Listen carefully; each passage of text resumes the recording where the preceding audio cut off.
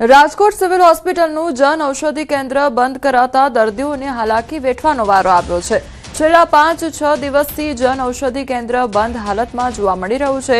ગરીબ દર્દીઓ અન્ય મેડિકલમાંથી દવા લેવા માટે મજબૂર બન્યા છે તો ગુજરાત રેડક્રોસ સંચાલિત પ્રધાનમંત્રી જન ઔષધિ કેન્દ્ર ચાલે છે। દર્દીઓએ ન્યૂઝ 18 સમક્ષ પોતાની વ્યથા ઠાલવી છે। તાત્કાલિક જન ઔષધિ કેન્દ્ર શરૂ કરવા માટે માંગ કરવામાં આવી છે।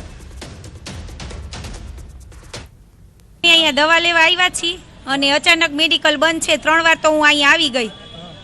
અત્યારે પાટો લેવાનો છે।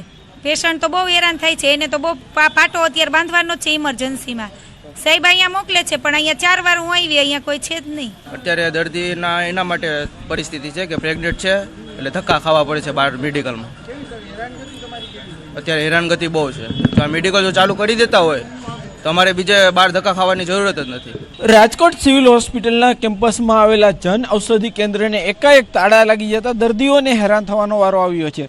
ખાસ કરીને ગરીબ દર્દીઓ છે તે અત્યારે જે અહીંયા આવી રહ્યા છે, જે અત્યારે જે સસ્તા ભાવે અહીંયા જે દવા લેવા માટે આવતા હોય છે, પરંતુ ક્યાંક મેડિકલ બંધ હોવાના કારણે આ દર્દીઓ છે તેમને હેરાન પરેશાન થવાનો વારો આવી રહ્યો છે। આ વૃદ્ધ દર્દી છે જેઓ અહીંયા પહોંચ્યા છે અને અત્યારે અહીંયા જે છે મેડિકલ પણ બંધ છે। આપણે આ જે દર્દી છે આપણે એમની સાથે પણ વાત કરવાનો પ્રયાસ કરીશું। માસી, શું કહેશો, અત્યારે ઔષધિ કેન્દ્ર બંધ છે, કેવી તકલીફ પડે છે? હા, દવા લેવાની તકલીફ પડે અમને ગઈઢા માણસને। કેવી હાલાકી થઈ તમને? તો બહુ જ હાલાકી થઈ।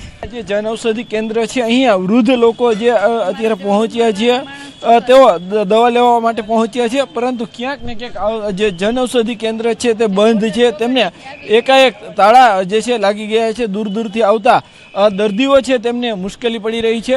હવે તેમને જે છે એ સિવિલ હોસ્પિટલ બહાર જવું પડશે, મોંઘી દવા લેવી પડશે। ત્યારે ક્યાંક ને ક્યાંક આ જે છે તાત્કાલિક જન ઔષધિ કેન્દ્ર શરૂ થાય તેવી ક્યાંક દર્દીઓની પણ માંગ છે।